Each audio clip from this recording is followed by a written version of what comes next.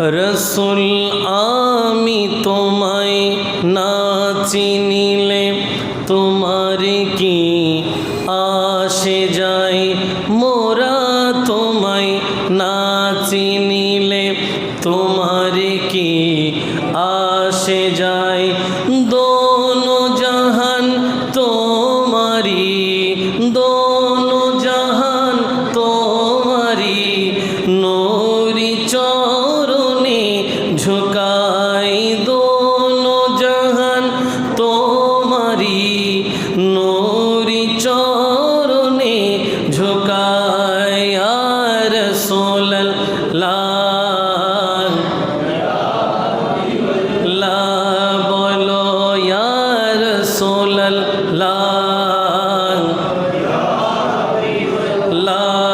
रसूल आमी तोमाय ना चिनिले तोमार की मोरा तोमाय ना चिनिले हाँ दोनों जहान तोमारी नूरी चरणे झुकाई दोनों जहान तोमारी झुकाई या रसूल अल्लाह बोलो या रसूल अल्लाह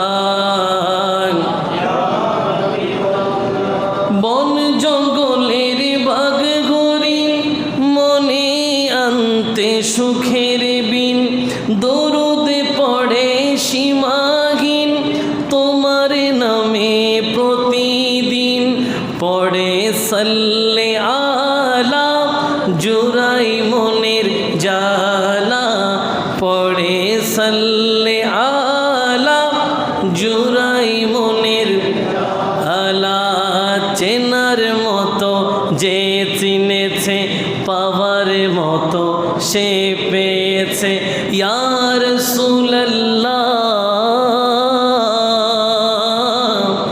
या हबीब अल्लाह तुम्हाई चेनार मतो जे चिनेছে पावार मतो से पेয়েছে चेनार मतो पावार मतो से पेয়েছে एमन पावा पेয়েছে जे पावार तुलना नाई एमन पावा पेয়েছে যেই পাওয়ার না নাই ইয়া রাসূল আল্লাহ বলো ইয়া রাসূল আল্লাহ রাসূল আমি তোমায় না চিনিলে आशे जाए मोरा तोमाय तोमार की दोनों जहान तोमारी ने झुकाई दोनों जहान तोमारी नूरी चरणे झुकाए या रसूल अल्लाह मन থেকে ইয়া রাসূল আল্লাহ বলো ইয়া রাসূল আল্লাহ রাসূল তুমি ছিলে জমিনে আর চন্দ্র ছিল আসমানে মক্কারি কাফির গণে নবুওয়াতে প্রমাণে করে তোমায় আবেদন চন্দ্র করতে দ্বিখণ্ডন করে তোমায় চন্দ্র করতে দ্বিখণ্ডন দেখে তোমার তর্জনী ইয়া রাসূলুল্লাহ দেখে তোমার তর্জনী চাঁদ হয়ে যায় কোরবানি দেখে তোমার তর্জনী চাঁদ হয়ে যায় आशिक আশিকের পরিচয় দিয়ে চির অম্লান হয়ে যায় ইয়া রাসূলুল্লাহ লা বলো ইয়া রাসূলুল্লাহ লা রাসূল আমি তোমায় না চিনিলে আসে যাই মোরা তোমায় না চিনিলে আসে যাই দোনো জাহানে তোমারি নূরি চরণে ঝুকায় দোনো জাহান তোমারি নূরি চরণে ঝুকায় ইয়া রাসূলুল্লাহ ইয়া হাবিবাল্লাহ বলো ইয়া রাসূলুল্লাহ রসুল আমি তোমায় না চিনিলে তোমার কি আসে যায় মোরা তোমায় না চিনিলে তোমার কি আসে যায় দোনো জাহান তোমারি নূরি চরণে ঝুকায় সবাই বলি মারহাবা আরো চিৎকার দিয়ে বলি মারহাবা এবার বলি সুবহানাল্লাহ আলহামদুলিল্লাহ আল্লাহু আকবার সুবহানাল্লাহ আলহামদুলিল্লাহ আল্লাহু আকবার সুবহানাল্লাহ আলহামদুলিল্লাহ আল্লাহু আকবার পবিত্র যুলকাআদা বাংলায় প্রসিদ্ধ জিলকদ শরীফ এর প্রথম জুমা আমাদের মাঝে সমাগত। এটা রব্বুল আলামিনের কৃপা দয়া মায়া মেহেরবানি যে রব্বুল আলামিন গত জুমার পর থেকে আজকের এই জুমা পর্যন্ত আমাদের ভালো রাখলেন। তা না হলে এমন অনেকেই আছেন যারা গত জুমায় ছিলেন আজকের এই জুমায়। আমরা যারা আজকের এই জুমায় আছি আগামী জুমা পর্যন্ত থাকব তার কোনো নিশ্চয়তা।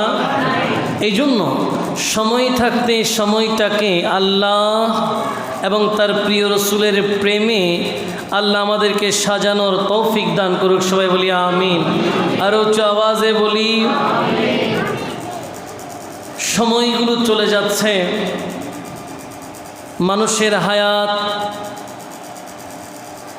দিন দিন বাড়ছে, মৃত্যুর দিকে মানুষ নিকটবর্তী হচ্ছে।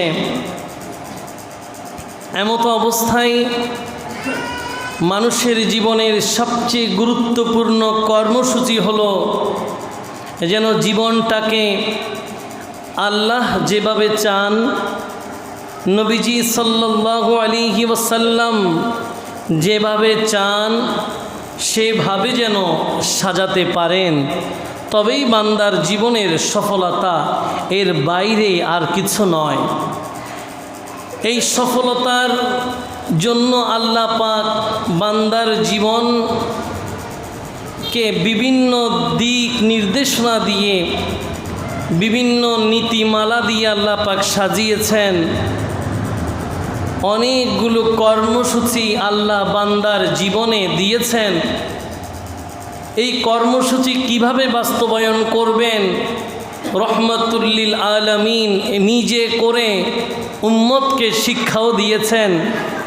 কাজেই ওই জায়গা থেকে আল্লাহর নবীর জিন্দেগি থেকে শিক্ষা নিয়ে নবীজির আদর্শে আদর্শিত হয়ে জীবনটা যদি মদিনাওয়ালার মাদানি রঙে সাজানো যায়, তবেই বান্দার জীবনের সর্বোচ্চ সফলতা। আল্লাহ আমাদেরকে মৃত্যুর আগেই সেই রঙে রঙিন হওয়ার তৌফিক দান করুক। সবাই বলি আমিন। আর উচ্চ আওয়াজে বলি এই নীতিমালা এই বিধিবিধানের মধ্যে সবচেয়ে গুরুত্বপূর্ণ হলো নামাজ। জোরে বলেন সুবহান। এর বাইরে দ্বিতীয় কোনো বিষয় নাই। সালাত বান্দার জীবনে, ইমানদারের জীবনের 1 নাম্বার কর্মসূচি। এটাই ইমানদারকে সবার আগে বাস্তবায়ন করতে হবে। সেই নামাজ যেন আমরা ঠিকঠাক পড়তে পারি, সেই সালাত আমরা যেন ঠিকঠাক পড়তে পারি, এই জন্য আমরা প্রায় গত 3টি জুমা আলোচনা করেছি। আজকের এই জুমা ইনশাআল্লাহ আলোচনা হবে। সামনে আর একটি পর্ব বা 2টি পর্ব লাগবে কিনা আল্লাহই ভালো জানেন। আমাদের আলোচ্য সূচি ছিল, আছে নামাজ শিক্ষা আমাদের করণীয়। নামাজ শিক্ষা আমাদের করণীয়। এই আলোচ্য সূচির আলোকে আল্লাহ পাক আমাদেরকে নিজেদেরকে সেভাবে সাজানোর তৌফিক দান করুক। সবাই বলি আমিন। এই জন্য আজকের আলোচনাকে ইস্তেকবাল করে আরেকটি বার দরুদ শরীফ আল্লাহুম্মা সাল্লি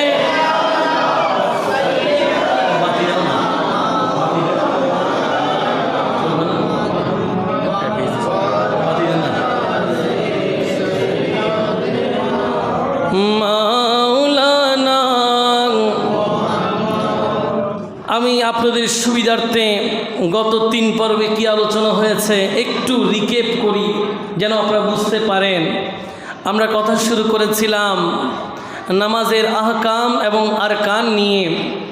নামাজের আহকাম, আরকান, নামাজের ভেতরে বাইরে 13 ফরজ। এই 13টি ফরজের মধ্যে আবার 2টি ভাগ। একটা হচ্ছে নামাজের বাহিরের ফরজ, যেগুলোকে আহকামুস সালাত বলে, আরেকটা হচ্ছে নামাজের ভেতরের ফরজ, যেগুলোকে আরকানুস সালাত, নামাজের রোকন বলে। তো আলহামদুলিল্লাহ গত 3টি পর্বে একেবারে বিস্তারিত আমরা নামাজের 7টি পয়েন্ট, নামাজের পূর্ব শর্ত, আহকামুস সালাত নিয়ে কথা বলেছি। এবং গত জুমার শেষে আপনাদেরকে ইঙ্গিত দিয়েছিলাম যে আল্লাহ পাক যদি চায় এই জুমা থেকে ইনশাআল্লাহ আমরা আরকানুস সালাত নিয়ে কথা বলবো, সালাতের রুকন নিয়ে কথা বলবো, নামাজের ভেতরের যেই ফরজ ওটা নিয়ে কথা বলতে চাই। আল্লাহ পাক আমাকে নির্ধারিত বিষয়ের উপরে কথা বলার, সবাইকে শুনে আমল করার তৌফিক দান করুক। সবাই বলি আমিন। আরও উচ্চ আওয়াজে বলি আমি। আজকের আলোচনার যাওয়ার আগে একটি বিষয় নিয়ে কথা বলতে চাই।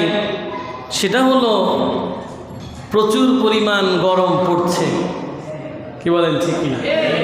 গরম পড়তেছে, এটা অস্বীকার করার কোনো সুযোগ নাই। হুকুম কার? আরো জোরে বলেন।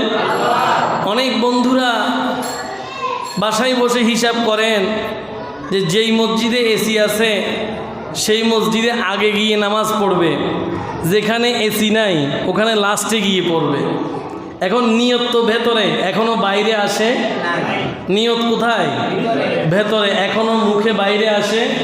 আচ্ছা, নিয়ত ভেতরে করলো জানে কে? আরো জোরে বলেন। কাজেই এসি আপনাকে একেবারে জান্নাতের দরজা পর্যন্ত পৌঁছিয়ে দিবে, বিষয়টা এরকম। বিধিবিধান বরাবর থাকবে, বরঞ্চ আপনি যদি কষ্ট সহ্য করে নামাজ পড়েন এতেই ফজিলত বেশি। সবসময় যে পাখা আপনার চলতেই হবে, ঘুরতেই হবে, বিষয়টা এরকম।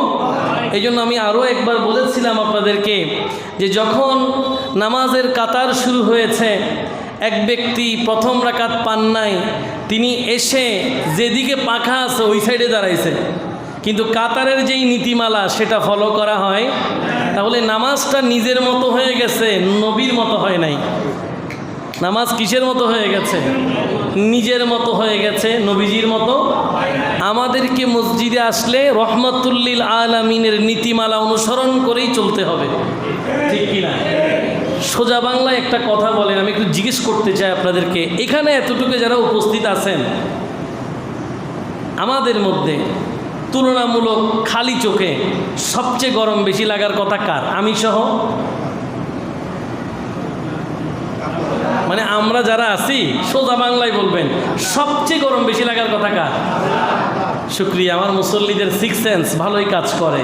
তাহলে এই বিষয়টা মাথায় রেখে রহমাতুল্লিল আলামিনের সেই নীতিমালার দিকে সম্মান জানিয়ে শত গরমের মধ্যেও আমাদেরকে শৃঙ্খলা রাখতে হয়।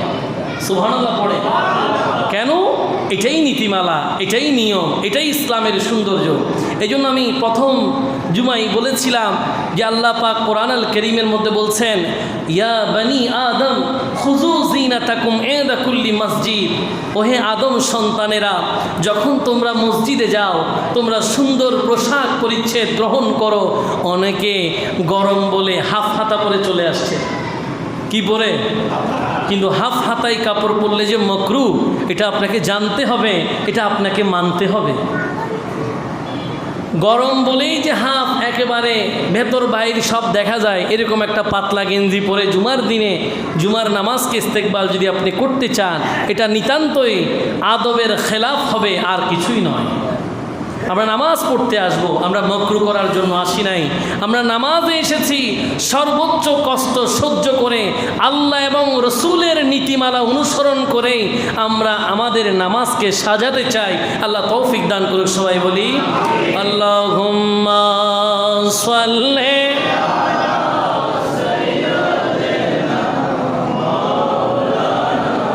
মুহাম্মাদ ওয়া আলা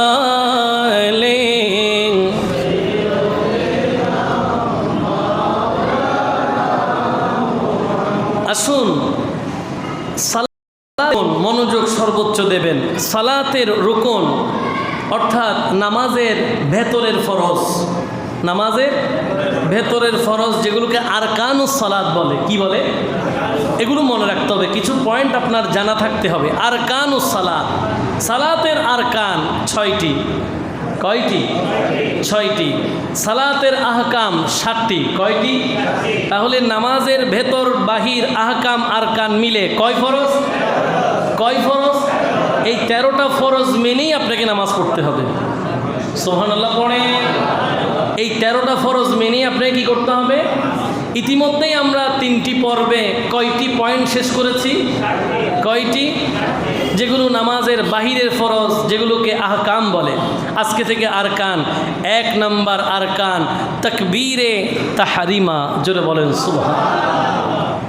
তাকবীর মানে মহানত্ব প্রকাশ করা। কি প্রকাশ করা? মহানত্ব প্রকাশ করা। কার মহানত্ব? কার বরত্ব? কার শ্রেষ্ঠত্ব? নামাজে যখন আপনি প্রবেশ করবেন, সালাতের রুকন শুরু করতে যাবেন, নামাজে ভেতরে আপনি প্রবেশ করবেন, রসুল আকরাম সাল্লাল্লাহু আলাইহি ওয়াসাল্লাম ইরশাদ করছেন, ইজা কুনতা ইলা সালাত, ও আমার প্রিয় উম্মতেরা, যখন তোমরা নামাজ পড়ার ইচ্ছে করো, যখন তোমরা নামাজের জন্য প্রস্তুতি নাও, তখন ফাসবিগিল উদুয়া, 1 নম্বর কাজ হলো উত্তম রূপে ওযু করো। উত্তম রূপে 1 নম্বর কাজ। নবীজি বলেন 2 নম্বর সুম্মাস্তাকবিলিল কিবলা, 2 নম্বরে কিবলামুখী হয়ে যাও। কি হয়ে যাও? 3 নম্বরে ফাকাব্বারা, তাকবীরে তাহরিমা বলে নামাজ শুরু করে দাও। তাহলে নবীজি বলেছেন, কোনো ব্যক্তি যদি নামাজ পড়ার জন্য ইচ্ছে করে, অর্থাৎ নামাজের প্রস্তুতি নেয়, তার জন্য 3টি কাজ। 1 নম্বরে উত্তম রূপে ওযু করা, 2 নম্বর কিবলামুখী হওয়া, 3 নম্বর পয়েন্ট হলো সে তাকবীরে তাহরিমা বলে নামাজ শুরু করা। এখন তাকবীর মানে কার শ্রেষ্ঠত্ব?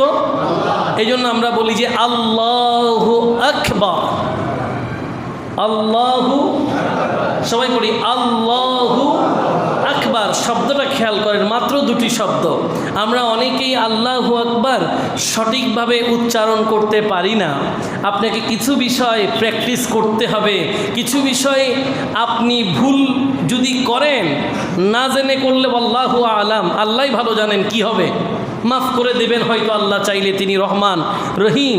কিন্তু ইচ্ছা করে যদি ভুলের পর ভুল করেন, জানতে না চান, তাহলে আপনি বিপদে পড়ে যাবেন। এমন বিপদ, যেই বিপদ থেকে ছোটানোর জন্য নবীজিকেও পাবেন না। কেন? কারণ নবী তো আগেই বলে দিয়েছেন, ও আমার প্রিয় সাহাবীরা, আমি যেভাবে নামাজ পড়ি আমাকে দেখে তোমরা নামাজ পড়ো। তাহলে আল্লাহু আকবার, আকবার। আচ্ছা, আল্লাহু আকবার, এটা আপনাকে বলতে হবে। এভাবে আপনি নামাজ শুরু করতে হবে। এখন এই তাকবীর আল্লাহর মহানত্ব। তাহরিমা কি? তাহরিমা মানে হচ্ছে এটা আপনাকে এখন এমন জায়গায় পৌঁছালো যেটাতে পার্থিব সকল কাজ হারাম হয়ে গেছে। এরপর আপনি চাইলে আর কোনো কাজ, দুনিয়াবি কোনো কাজ করতে পারবেন। আপনি যেই মাত্র আল্লাহু আকবার বলে নামাজ শুরু করে দিয়েছেন, এখন আপনি আর নিজের ইচ্ছা মতো কোনো কাজ করার সুযোগ। এই জন্য এটার নাম তাকবীরে তাহরিমা। সুবহানাল্লাহ, আরো আসতে। এই পয়েন্ট আপনি কই পাবেন? এই আলোচনা শুরু করছে বলে তাকবীরে তাহরিমা কাকে বলে এটা শিখলেন। তাকবীরে তাহরিমা হচ্ছে সেই তাকবীর যেটা দিয়ে বাকি দুনিয়াবি কাজ সব কি হয়ে যায়? হারাম হয়ে যায়। অর্থাৎ কোথায় হারাম হয়? নামাজে হারাম হয়। আপনি তাকবীরে তাহরিমা দিয়ে নামাজে প্রবেশ করেছেন, এখন আর পৃথিবীর বাকি কাজগুলো আপনার জন্য হারাম। যতক্ষণ না আপনি সালাম ফিরিয়ে নামাজ থেকে বের না হন, অতক্ষণ পর্যন্ত আপনি দুনিয়াবি কোনো কাজ করতে পারবেন। আমি কি কথা বুঝাতে পেরেছি? এবার আসেন এই তাকবীরে তাহরিমা নিয়ে কিছু কথা। ফতোয়ায়ে আলমগীরির মধ্যে কিছু পয়েন্ট আসছে, আমি অনেকগুলো পড়ে কয়েকটা পয়েন্ট আপনাদেরকে বলি। 1 নাম্বার, আল্লাহু আকবার ব্যতি রেখেও আল্লাহর আরও কিছু নাম দিয়ে নামাজ শুরু করা যায়। আরও কিছু দিয়ে নামাজ শুরু করা যায়, তবে আল্লাহু আকবারই উত্তম। আরও জোরে। তাহলে আর বাকিগুলো জানানো দরকার নাই, শেখারও। অনেক সময় দেখা যায় পরীক্ষার্থী বেশি পড়তে গিয়ে যেটা পারার সেটাও পারে না, সেই জন্য বাকিগুলো আর দরকার নাই। আপনি কোনটা ঠিক রাখবেন? আল্লাহু আকবার, এটাই আফজাল, এটাই উত্তম, এটা দিয়ে নামাজ পড়বেন। 2 নম্বর কথা, এটা জানার জন্য বলতেছি প্রাসঙ্গিকভাবে। আমরা প্রত্যেকটা কাজের শুরুতে কি পড়ার চেষ্টা করি? ভেরি গুড, আপনারা জেনে গেলেন যে প্রত্যেকটা কাজে বিসমিল্লাহির রহমানির রহিম বলি। এখন কোনো মানুষ যদি বলে যে প্রত্যেক কাজ যেহেতু বিসমিল্লাহ দিয়েই শুরু হবে, প্রভুর নামে দয়াময় রহমান রহিম, উনার নামেই শুরু করছি, আরবিতে বিসমিল্লাহির রহমানির রহিম, তাহলে নামাজের মতো গুরুত্বপূর্ণ একটা ইবাদত আমি বিসমিল্লাহির রহমানির রহিম বলে শুরু করব কিনা? না, বিসমিল্লাহির রহমানির রহিম পরে নামাজ শুরু করা দুরুস্ত নয়। নামাজ শুরু করতে হবে আল্লাহু আকবার দিয়েই। সুবহানাল্লাহ। যারা গত জুমায় ছিলেন তাদেরকে এখানে একটা পয়েন্ট মনে করাই দিই। আমি বলেছিলাম যে যখন আপনি নিয়ত করবেন নামাজের, মনে রাখবেন কুদুরির গ্রন্থকার ফিকহি মাসাইলের সর্বশ্রেষ্ঠ গ্রন্থ আল্লামা কুদুরি বলেন, ইয়ানভি লিস-সালাতিল্লাতি ইয়াদখুলু ফিহা বিনিয়াতিন লা ইয়াফসিলু বাইনাহা ওয়া বাইনাত তাহরিমাতি বিআমাল। অর্থাৎ নামাজে যখন আপনি নামাজ শুরু করবেন, নিয়ত করবেন, নিয়তের পরপরই তাকবীরে তাহরিমা হবে। নিয়তের মাঝে আর তাকবীরের মাঝে অন্য কোনো আমল করা যাবে। এই জন্য আমি আপনাদেরকে এভাবে বলেছিলাম যে ইমাম সাহেবরা যদি এভাবে করেন যে ডানে বামে দেখে কাতার সোজা করেন, সামনের কাতার আগে পূরণ করেন, মোবাইল ফোন বন্ধ রাখেন, তার আগেই যদি উনি নিয়ত করে ফেলেন যে আমি নিয়ত করলাম, তারপরে সবাইকে বললাম যে আপনারা ডানে বামে ঠিকঠাক করেন, আল্লাহু আকবার, তো নিয়ত কখন করছে? আমি কি বুঝতে পারছি কথা? আমি যদি ডানে বামে যেই কথাটা বলার দরকার, কাতার সোজা করার সুন্নাহ পদ্ধতি, যেই বর্ণনা এলান, এটা যদি আমি দেব তো সুন্নাহ অনুসারে, এই এলান দেওয়ার আগে যদি আমি নিয়ত করে ফেলি এবং এরপরে যদি আমি এলান দিই যে কাতার সোজা করেন, মোবাইল ফোন বন্ধ করেন, আল্লাহু আকবার, এই কাজ করা যাবে?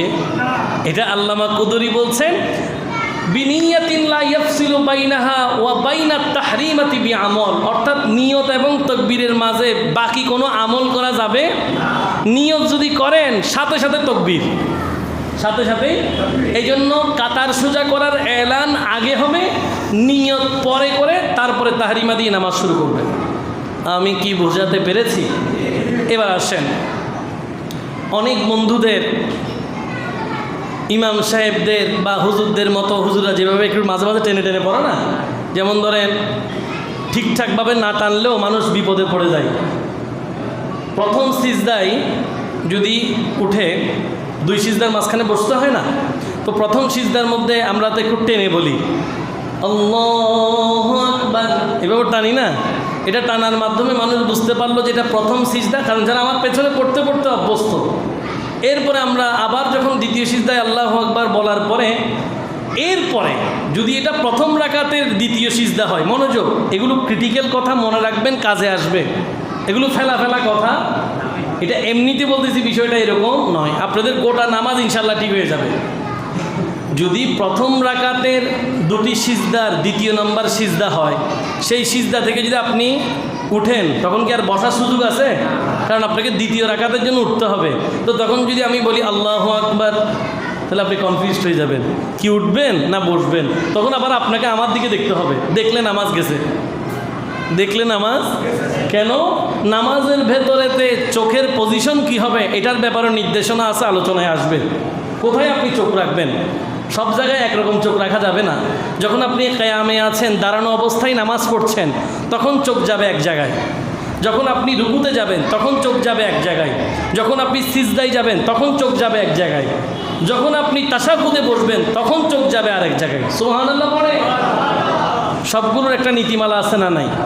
বলেন হুজুর, আমরা তো এগুলো ফলো করি না, সবসময় একদিকে তাকাই।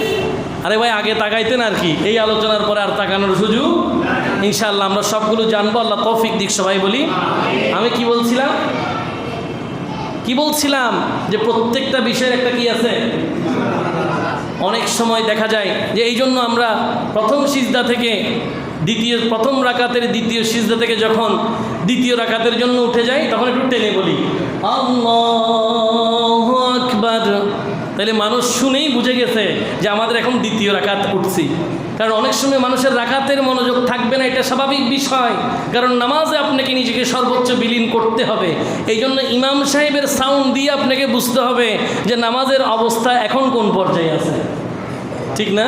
এই জন্য অনেকের শোনাতেই কনফিউজ হয়ে যায়। আল্লাহু আকবার, সব জায়গায় আল্লাহু আকবার, আল্লাহু আকবার, আল্লাহু আকবার, তাহলে কনফিউজ হয়ে যায় এখন কি করবেন। যেমন ঈদের তকবীরে, ঈদের নামাজ, ঈদুল ফিতর একটা পড়ছেন, আল্লাহ চাইলে আর একটা পড়বেন ঈদুল আদহায়, অতিরিক্ত কয় তকবীর? এখন 6 তকবীরের মধ্যে যেটা দ্বিতীয় রাকাতে আছে, দ্বিতীয় রাকাতের মধ্যে রুকুতে যাওয়ার আগে তকবীর, রুকুতে যাওয়ার আগে কি? আল্লাহু আকবার, হাত তুলে ছেড়ে দেওয়া, আল্লাহু আকবার, হাত তুলে ছেড়ে দেওয়া, আল্লাহু আকবার, হাত তুলে ছেড়ে দেওয়া। চতুর্থবারে গিয়ে আপনি রুকুতে যাবেন, এখন 4 বার যদি আল্লাহু আকবার আল্লাহু আকবার একই ডিজাইনে বলেন, তাহলে মানুষ কনফিউজ হয়ে যাবে কত নাম্বার গেছে, ঠিক না? এই জন্য একটু অনেক সময় সুরে তারতম্য করলে এটা মানুষের বুঝতে সুবিধা হয়, ঠিক কি না? এখন আপনারা যদি মাঝে মধ্যে জজবাই পড়ে যে এরকম সুদ দিয়ে যদি নামাজ পড়তে চান, তো যদি টানার সুতোই যদি এরকম করেন আল্লাহু আকবার, কি শুরুতেই যদি আল্লাহু আকবার বলে যদি আলিফ একটা বাড়ান, তাহলে নামাজ সহি হবে না। এই কথা বলার জন্য এতগুলি কথা বলছি, আমি বুঝাতে পারছি। অর্থাৎ আল্লাহু আকবার হবে, আল্লাহু আকবার হবে, অর্থাৎ আল্লাহর আলিফ শব্দ টানলে কোনো ইমামের মতেই সহি হবে না নামাজ। নামাজে কি হবে না? শুদ্ধ। এই জন্য আপনাকে আল্লাহু আকবার শব্দটা ঠিক রাখতে হবে। আল্লাহু আকবার, আল্লাহু, আল্লাহ আমাদের বুঝার তৌফিক দিক। সবাই বলি এবার আসেন হানাফি মাযহাবের ইমাম আযম এর মতে মুক্তাদি ইমাম সাহেবের সাথে সাথে তাকবীরে তাহরিমা বলে হাত বাঁধবে। ইমাম সাহেবের সাথে সাথে তাকবীরে তাহরিমা বলে কি বাঁধবে? হাত। মানে ইমাম সাহেব বলছে আল্লাহু আকবার, আপনাকে আগে থেকে প্রস্তুত থাকতে হবে, কিন্তু মনে রাখতে হবে আগে যাওয়া যাবে না। আগে যাওয়া, কেউ যদি আবার ইমাম সাহেবের আগেই আল্লাহু আকবার বলে হাত বেঁধে ফেলে, ওর নামাজ হবে না। তারটা আবার শুরুতেই শেষ, শুরুতেই কি শেষ। কেন? সে জামাতেই অন্তর্ভুক্ত হয় নাই। এই জন্য মুক্তাদিরের ক্ষেত্রে দুটো নিয়ত, তাকে নামাজের নিয়ত করতে হয়, ইমাম সাহেবের ইক্তেদারও নিয়ত করতে হয়। এই জন্য, কারণ ইমাম সাহেবের ইক্তেদার উপরেই তার নামাজ টিকবে কি টিকবে না এটা সিদ্ধান্ত হবে। আমি কি বুঝাতে পারছি? বিশাল এক জামাত, কোনো মুসল্লি 1000 মুসল্লির মধ্যে একজনের যদি ওযু ভাঙে, নামাজ ভঙ্গের কোনো কারণ তার মধ্যে যদি এসে যায়, সে যদি নামাজের মধ্যে অট্ট হাসি দেয়, নামাজ কি থাকবে? কিন্তু সে যদি অট্ট হাসি দেয় এটা শুধু তার জন্য, কিন্তু ইমাম সাহেব যদি অট্ট হাসি দেয় সবারটা গেছে। আমি কি বুঝাতে পারছি? যদি ইমাম সাহেবের কিছু হয় সবাই শেষ। ইমাম সাহেব যদি কিছু হয় সবার কি শেষ, আর আপনি একজনের কিছু হইলে কোনো অসুবিধা, শুধু আপনি গেছেন, এখানে সবাই একসাথে চলে যাবে। এই জন্য সবসময় ইমাম সাহেবদেরকে প্রেসারে রাখবেন না। কোথায় রাখবেন না? প্রেসারে রাখবেন না। কেন? বেশি প্রেসার দিবেন, নামাজগুলো ঠিকঠাক হিসাব করে পাবেন না, নামাজও ঠিকঠাক হিসাব করে পাবেন না। কারণ আপনার 2 মিনিটের জন্য যদি সে ওযু না করে নামাজ পড়াই দেয়, হবে? আপনি বলতেছেন কেন হুজুর 5টা 2 হইল, তা আপনার ভয়ে যদি সে তাড়াতাড়ি ওযু ছাড়াই নামাজ পড়ায়, কারোটা হবে? কাজেই সবসময় সব জায়গায় প্রেসার, ক্ষমতা, বল প্রয়োগ করা উচিত। যখনই ইমাম সাহেব আসবে ওখান থেকে নামাজ শুরু। সুবহানাল্লাহ, এটাই নীতিমালা। এবং আমাদের হাজী ঠান্ডা মিয়া সওদাগর জামে মসজিদে এটাই চলছে বড় আনন্দের সাথে। সুবহানাল্লাহ পড়ে।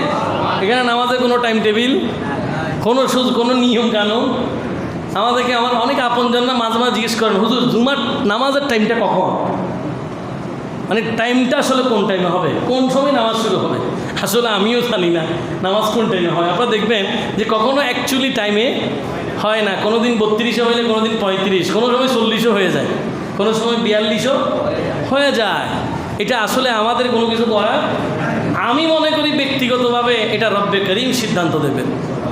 কোথায় কি হবে এটা আল্লাহ ছাড়া আর কেউ জানে। আমি নিজেও জানি না কোন দিন কি বলবো, কোন সময় কোন কথা হবে।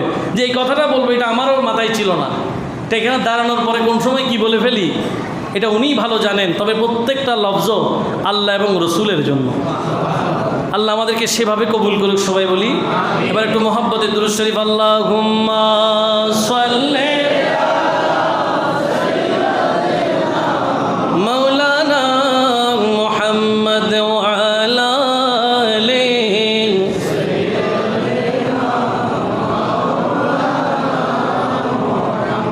তাহলে তাকবীরে তাহরিমা বলেই নামাজ আপনি শুরু করবেন।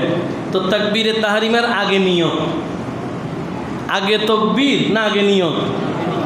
আগে নিয়ত, তারপর কি? নাকি তাকবীর বেঁধে তারপরে নামাইতু ওয়া নুসাল্লিয়া? আগে নামাইতু ওয়া নুসাল্লিয়া, আগে নিয়ত, তারপরে আল্লাহু আকবার বলে এবার আপনি নিয়ত বাঁধবেন। মনোযোগ দেন, নিয়ত যে বাঁধবেন, নিয়তের পজিশন কি হবে? কেউ এইভাবে পড়ে, কেউ কীভাবে পড়ে? এভাবে, কেউ হাত বাঁধতেছে এইভাবে, কেউ আবার অনেককে দেখবেন এই নামাজ পড়ে অনেক স্টাইল, অনেক ডিজাইন আছে ওনার। কেন এটা এইভাবে করবে কেন? এটারও তো একটা নীতিমালা আছে না নাই? আপনি মানে সে অনেক বুজুর্গ না, এই আপনি আপনার মতো করে নামাজ পড়লে হবে না। নামাজেরও একটা নীতিমালা।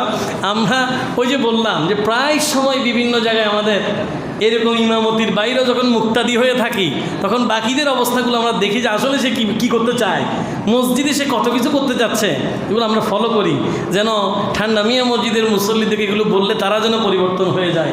এই কাজ করা যাবে না। কিভাবে করবেন? কেউ এইভাবে করে, কেউ এইভাবে করে, এক একজনের এক এক নীতিমালা। কেউ এইভাবে করে, আমি একজনকে দেখছিলাম আজকে থেকে ছোটোবেলায়, উনি নামাজের মধ্যে নিয়ত করতে এইভাবে যায়, এইভাবে করে, বুঝছেন? এভাবে নিয়তে গিয়ে হাতগুলোকে এভাবে করে তারপর এইভাবে আল্লাহ ছোটোবেলায় দেখছি ওনাকে, এখন হায়াত আছে কিনা কি জানি। তো এক একজন এক একভাবে নিয়ত করে। তা আপনি কিভাবে করবেন? আপনাকে মাথায় রাখতে হবে প্রথমে আপনার হাত, আপনার আগে হাতগুলো ক্লিয়ার করেন। সবাই হাত সামনে নেন। হাত কি আসবে? সামনে আসবে। এই হাতের তালু বেসিক কেবলার দিকে থাকবে। হাতের তালু কই যাবে? আপনি আগে এটা কনফার্ম করেন, আস্তে আস্তে সব ঠিক হবে। হাত কই যাবে? কেবলার দিকে। অর্থাৎ আপনার হাতের তালু কেবলামুখী হবে। হাতের তালু কোন মুখী হবে? কেবলামুখী হবে। এবার রাখেন, হাতের তালু কেবলামুখী হয়ে কোন পর্যন্ত উঠাবেন? রসুল আকরাম সাল্লাল্লাহু আলাইহি ওয়াসাল্লামের হাদিস থেকে বিবেচনা করে আল্লামা কুদুরি বলছেন, ওয়ারাফা ইয়াদাইহি মাআত তাকবীর হাত্তা ইউহাযিবি ইবহামাইহি শাহমাতা উযনাইহি। বলতেছেন যখন মানুষ তাকবীর পড়বে, আল্লাহু আকবার বলবে, তখন হাত উত্তোলন করবে। কোন পর্যন্ত উত্তোলন করবে?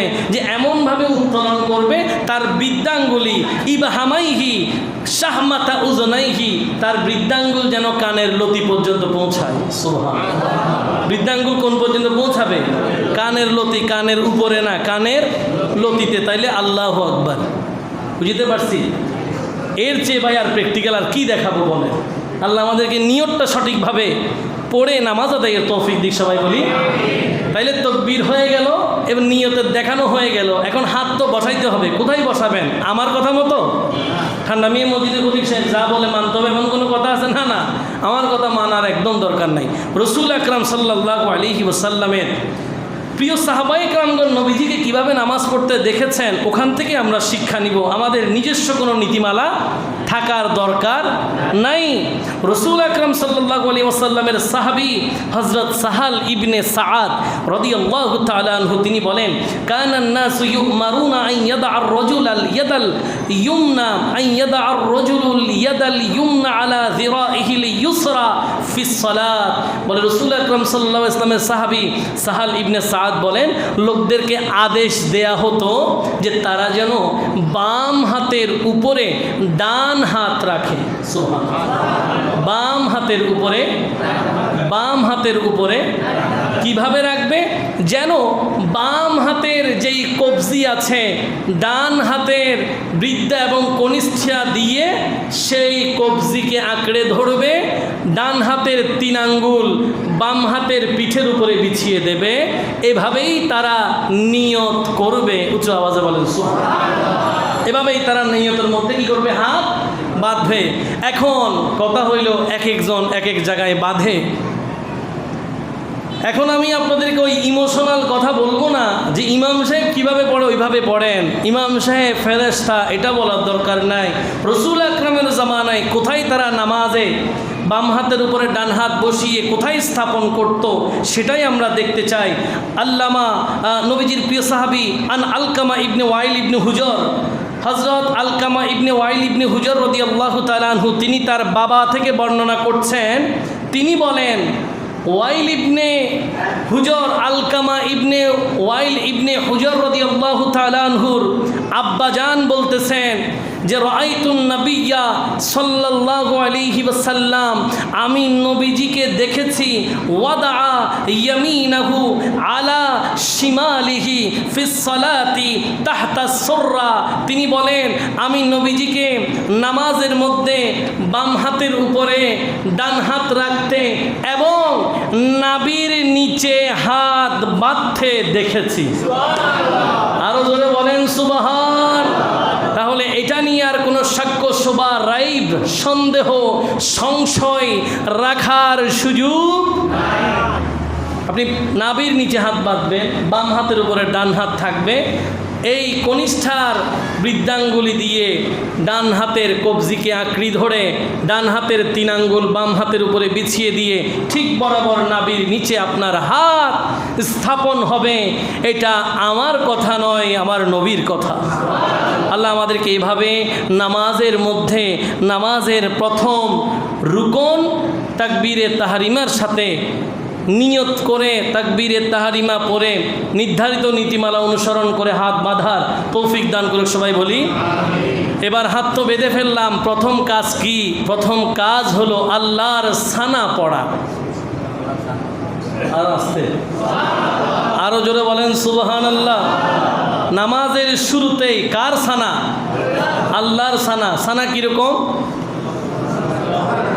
সুবহানাকা আল্লাহুম্মা ওয়া বিহামদিকা ওয়া তাবারাকা ইসমুকা ওয়া তাআলা জাদ্দুকা ওয়া লা ইলাহা গায়রুক। এই সানাটা রাকাতের নামাজের রাকাতের শুরুতেই বলতে হয়, আর কোথাও না। মনোযোগ আছে না নাই?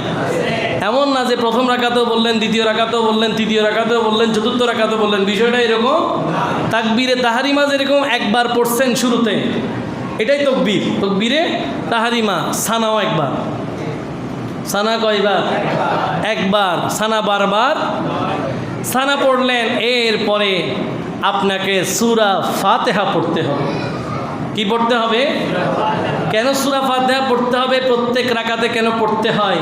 রাসূল আকরাম সাল্লাল্লাহু আলাইহি ওয়াসাল্লাম বলেছেন, লা সালাতা লিমান লাম ইয়াকরা বিফাতিহাতিল কিতাব, অর্থাৎ সূরা ফাতিহা পড়া ছাড়া নামাজ শুদ্ধ হবে না। এখন তাই বলে কি ইমাম সাহেব পড়বে আপনিও পড়বেন? সূরা ফাতিহা আপনি সর্ব অবস্থায় পড়বেন কখন? যখন আপনি মুনফারিদ একাকী নামাজ পড়েন তখন। জামাতের জন্য এই কথা প্রযোজ্য নয়। কেন? কোরআন শরীফের মধ্যে আছে ওয়াইদা কুরিয়াল কুরআনু ফাসতামিউ লাহু ওয়ানসিতু, যখন কোরআন তিলাওয়াত করা হয় তখন তোমরা চুপ থাকো, শ্রবণ করো। ইমাম সাহেব সূরা ফাতিহা পড়বে, আপনার আর সূরা ফাতিহা পড়ার দরকার। এই জন্য কিয়ামের মধ্যে দাঁড়ানো অবস্থায়, দণ্ডায়মান অবস্থায় ইমামের কেরাতই মুক্তাদির কেরাত। বাকি তসবিহগুলো পড়বেন কিন্তু কেরাত আপনি পড়বেন সুবহান রাব্বিয়াল আযীম। এটা কি কোরআন শরীফের আয়াত? এটা তসবিহ। এটা কি সুবহান রাব্বিয়াল আলা? এটা কি কোরআন শরীফের আয়াত? না, এটা তসবিহ। কিন্তু সূরা ফাতিহা এটা কি কোরআন শরীফ না তসবিহ? কুল হুয়াল্লাহু আহাদ এটা তসবিহ না আয়াত? তাহলে এই আয়াত যখন তিলাওয়াত হবে জামাতে ইমাম সাহেবের পেছনে, আপনার আর কেরাত পড়তে হবে। এই জন্য শারহে বেকায়ার গ্রন্থকার তিনি বললেন মান কানা লাহু ইমামুন ফাকিরাতুল ইমামি কারাআতুন লাহু, বলে ইমাম সাহেবের কেরাতই মুক্তাদির কেরাত। ইমাম সাহেবের কেরাতই মুক্তাদির কেরাত। মুক্তাদিকে আলাদাভাবে কেরাত পড়তে হবে। তো হুজুর জুমার নামাজে 2 রাকাত পড়ান, তখন আপনার কেরাত শুনলাম পড়লাম না। 2 ঈদের নামাজে 2 রাকাত পড়ান, কেরাত পড়েন শুনলাম পড়লাম না। এশারের নামাজ 4 রাকাতে 2 রাকাত শুনলাম পড়লাম না। একইভাবে মাগরিবের 3 রাকাত প্রথম 2 রাকাতে পড়লেন পড়লাম না। ফজরের 2 রাকাতে কেরাত পড়লেন আমরা পড়লাম না।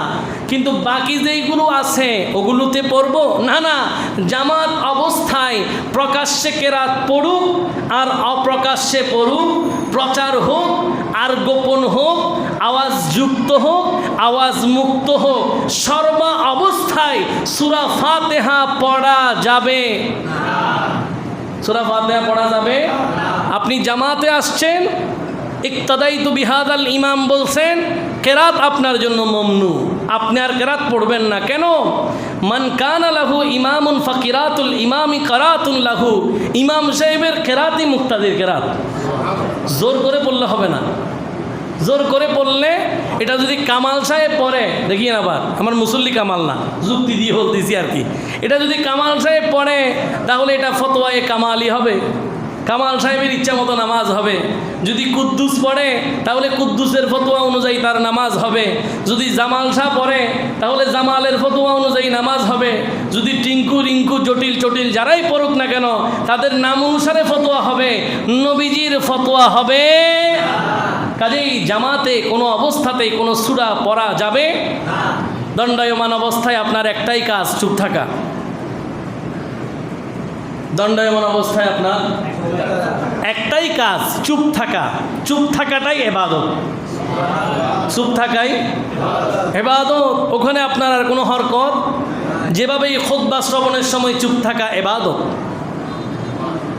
ঠিক কি না? যদিও বা অনেক বন্ধুরা নিয়ম শৃঙ্খলা ভঙ্গ করে খুতবা চলাকালীন সময়ে কথা বলে, এটা তার নিজস্ব নীতিমালা, নিজের দোষ। এই দোষ খতিব সাহেবের কাঁধে নেবে। নিয়ম নীতিমালা যেটা আছে সেটা বললাম, ফলো করবেন কি করবেন না আপনারই সিদ্ধান্ত। আল্লাহ তৌফিক দিক। সবাই বলি এবার মোহাম্মতে আল্লাহুম্মা সাল্লি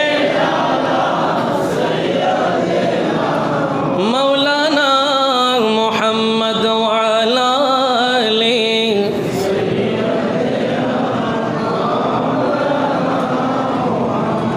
শারহে বেকায়ার গ্রন্থকার বলছেন ইয়াজহারুল ইমামু ফিল জুমআতি ওয়াল ঈদাইনি ওয়াল ফাজরি ওয়া উলাল ইশাআইনি আদাআন ওয়া কাদাআন লা গায়রা।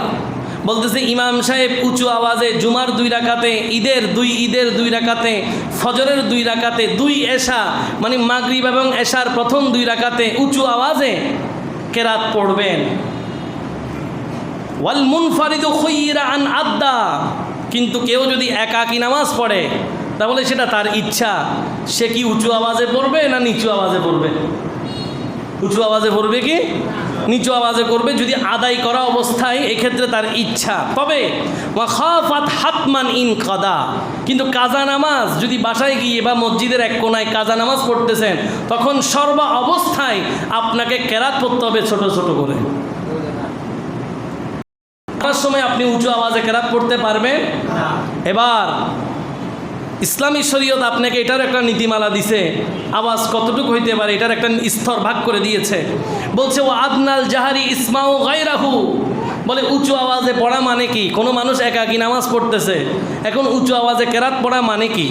উঁচু আওয়াজে কেরাত পড়া মানে অন্যকে শোনানো, অন্যকে মানে এমনভাবে সে কেরাত পড়তেছে অন্যকে শুনতেছে, সেটা একজনও হইতে পারে, সেটাও একজনও হইতে পারে। আর নিম্ন আওয়াজে পড়া মানে কি? ওয়া আদনাল মুখাফাতাতি ইসমাউ নাফসিহি, অর্থাৎ নিজেরটা নিজে শোনা, নিজেরটা।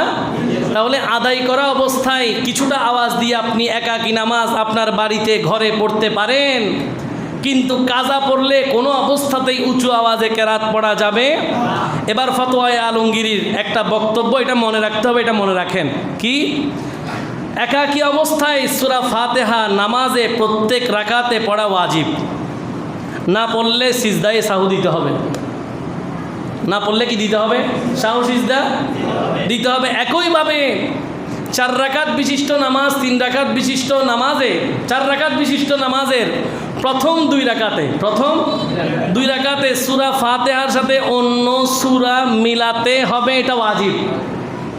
4 রাকাত বিশিষ্ট নামাজে, 4 রাকাত বিশিষ্ট নামাজে সূরা ফাতিহার সাথে অন্য সূরা মিলিয়ে পড়া ওয়াজিব।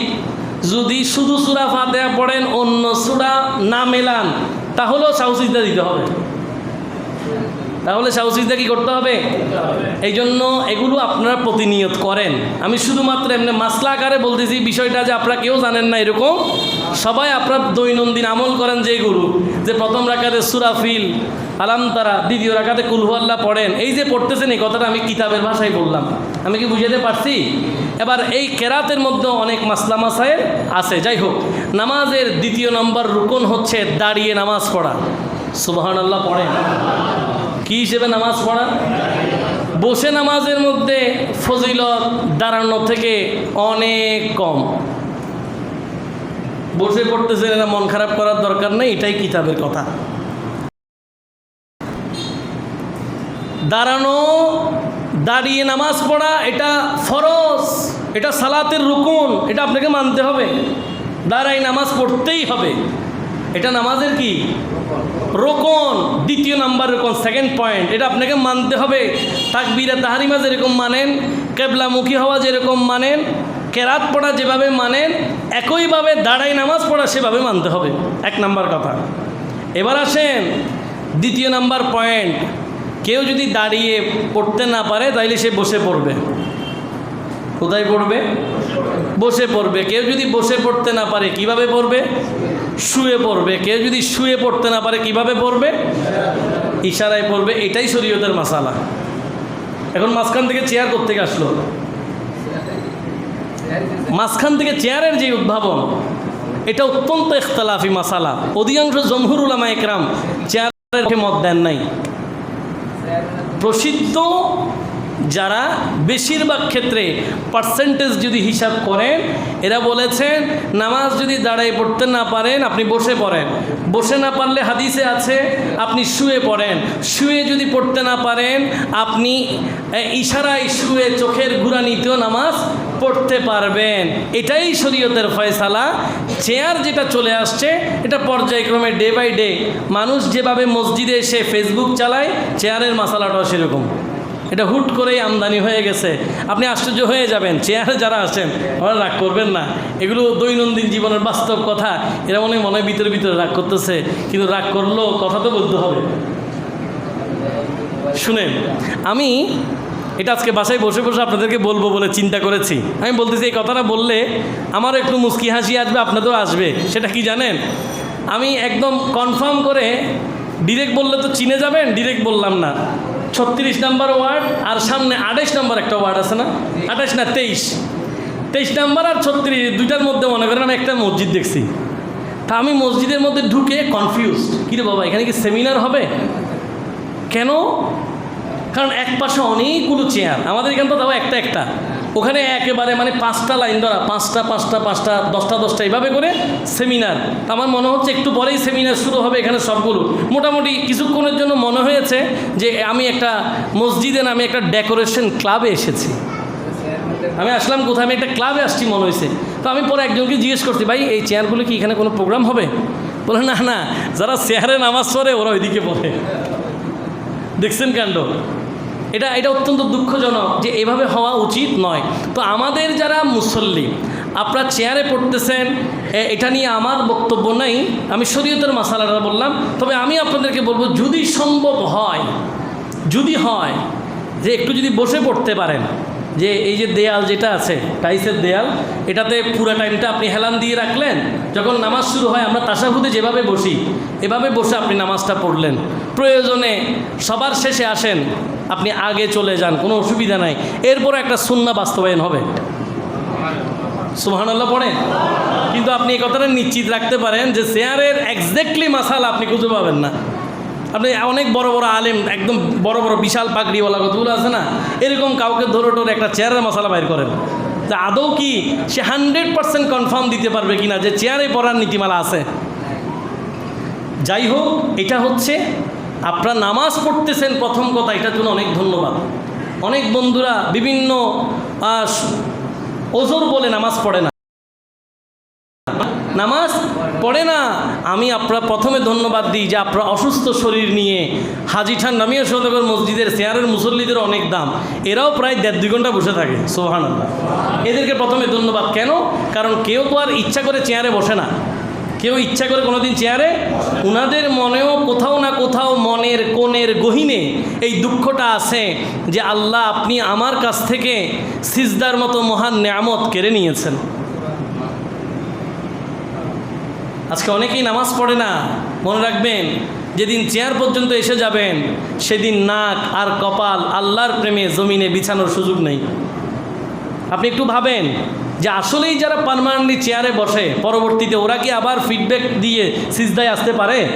পারে না, ওখানেই জীবনটা শেষ হয়ে যায়।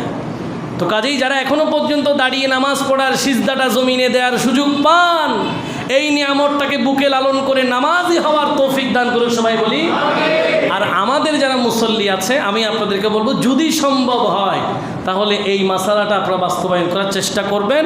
এতে দুনিয়া আখিরাতে আপনি দামি হয়ে যাবেন। হয়তো একটা সুন্নাহ বাস্তবায়ন করার কারণে দুনিয়া আখিরাতে আল্লাহ পাক অনেক বরকত দেবেন। আল্লাহ আমাদেরকে বোঝার তৌফিক দিক সবাই বলি। তারা নামাজের দ্বিতীয় রকম হলো দাঁড়িয়ে নামাজ পড়া। 3 নম্বর রকম হচ্ছে কেরাত। সুবহানাল্লাহ পড়েন। রাগ করলেন? কষ্ট হয়? আর কিছুক্ষণ বলি, কষ্ট হবে? 3 নম্বর রকম হচ্ছে কেরাত পড়া। কেরাত মানে কি? কেরাত মানে নামাজের মধ্যে যে কোরআন তেলাওয়াত করেন সেটা। এটাতে প্রথম হবে সূরা ফাতিহা। প্রথম হবে কি? সূরা ফাতিহা। দ্বিতীয় নম্বরে অন্য কোনো সূরা হবে। দ্বিতীয় নম্বরে, এখন যে কথাটা বলবো এটা মনে রাখতে হবে না, এটা এমনি শুধু শুনবেন। এই কেরাতের মধ্যে 3 প্রকার। কেরাত কয় প্রকার? 3 প্রকার। 1 নাম্বার তিওয়ালে মুফাসসাল, তিওয়ালে মুফাসসাল। দ্বিতীয় নাম্বার আওসাতে মুফাসসাল। তৃতীয় নাম্বার কেসারে মুফাসসাল। 3টা প্রকার কেরাতে। তিওয়ালে মুফাসসাল যেটা, এটা হচ্ছে কোরআন শরীফের 30 পারার মধ্যে একদম শেষ দিকে সূরা 30 পারা না, আরও আগে সূরা হুজুরাত থেকে, সূরা হুজুরাত মধ্যম জায়গা থেকে কোরআন শরীফের সূরা হুজুরাত থেকে বুরুজ পর্যন্ত তিওয়ালে মুফাসসাল। আওসাতে মুফাসসাল দ্বিতীয় প্রকার কেরাতের, এটা সূরা বুরুজ থেকে সূরা বাইয়িনা। আর লাস্টের প্রকার হচ্ছে কেসারে মুফাসসাল, সূরা জিলজাল থেকে সূরা নাস। যেটা আপনারা পড়েন, আপনারা সবাই কিন্তু কেসারে মুফাসসাল, অর্থাৎ 3য় নম্বর প্রকার। ছোট্ট ছোট্ট সূরা দিয়ে পড়েন না, আলাম তারা পড়েন, সূরা নাস পড়েন, এইগুলো সবগুলোর একটা নীতিমালা আছে যে কিভাবে নামাজ পড়বা, কোন কেরাত দিয়ে নামাজ পড়বে, এটারও একটা নীতিমালা আছে। যেমন নামাজের মধ্যে সুন্নাহ পদ্ধতি হচ্ছে যে লম্বা করে কেরাত পড়ার নিয়ম হচ্ছে সূরা ফজর এবং জোহরে। ফজর এবং জোহরে একদম লম্বা করে পড়া, এটা নিয়ম নামাজের নীতিমালায়, সুন্নাহ পদ্ধতি। দ্বিতীয় নাম্বার মানে মিডিয়াম যে কেরাত, এটা হবে আসর এবং এশাতে। আসরের নামাজ এবং এশারের নামাজে মিডিয়াম কেরাত। আর একদম মোটামুটি নাস বলেন, সূরা জিলজাল বলেন, সূরা কারিয়া বলেন, সূরা আদিয়াত বলেন, যেগুলো আমরা সচরাচর পড়ি, এগুলো হচ্ছে যে মাগরিবে, কারণ মাগরিবের ওয়াক্তের সময় কম, মাগরিবের ওয়াক্তের সময় কম, এগুলো সচরাচর পড়া হয়। কিন্তু এর ফাঁকে শরীয়তের একটা মাসালা মনে রাখেন, সেটা কি? শারহে বিকায়া গ্রন্থকার বলেন, এটা দিয়ে আজকে আলোচনা শেষ হবে, যে ওয়াফিজ জরুরাতি বিকদরিল হাল, যখন আপনার প্রয়োজন আছে, তাড়াহুড়া আছে, তখন আপনি সুন্নাহ পদ্ধতির কেরাত অনুসরণ করা সম্ভব নয়। সেই ক্ষেত্রে আপনাকে কি করতে হবে? সেই ক্ষেত্রে আপনার যেদিকে ভালো লাগে এদিকে পড়ে ফেলবেন। সুবহানাল্লাহ পড়ে। আপনি যদি আলাম তারা পড়তে সময় লাগে, ইন্না তয়নায় কি সময় বেশি লাগবে না আলাম তারায় লাগবে? তো এখন আপনার ফ্লাইট আছে, একটু প্রেশার আছে, দৌড়াদৌড়ি আছে, অফিসের মিটিং আছে, নামাজ ওয়াক্ত মতো পড়তে হবে, সাথে মিটিংও আছে। তো মিটিংও যদি করতে হয়, ওই জায়গায় আপনি ইসলামী শরীয়ত আপনাকে বলতেছে প্রয়োজনের সময় আপনি ইচ্ছা মতো কেরাত পড়তে পারবেন, ইচ্ছা মতো কেরাত কি করতে পারবেন। কিন্তু তার মানে এই নয় যে সূরা নাস বা সূরা ইখলাস কুল হুয়াল্লাহ আগে পড়লেন, ইন্না তয়না পরে পড়লেন, এটা আবার করা যাবে না। কেন? কোরআনের 114টা সূরার যেই তরতিব আছে, আপনাকে ওই তরতিব অনুসারেই নামাজ পড়তে হবে, নাইলে ওয়াজিব তরক হবে, সাউসিজদা দিতে হবে। আমি কি বুঝাতে পারছি কথাগুলো খুব তাড়াতাড়ি বলতেছি, বাট ইম্পর্টেন্ট কথা। সামনে পেছনে সবাই বুঝতেছেন নাকি? গরমে সিদ্ধ হয়ে মনটাকে সিক্ত করে ফেললেন। এই ওয়াজ আগামী দিনে আর কোনো দিন পাবেন কিনা সন্দেহ আছে।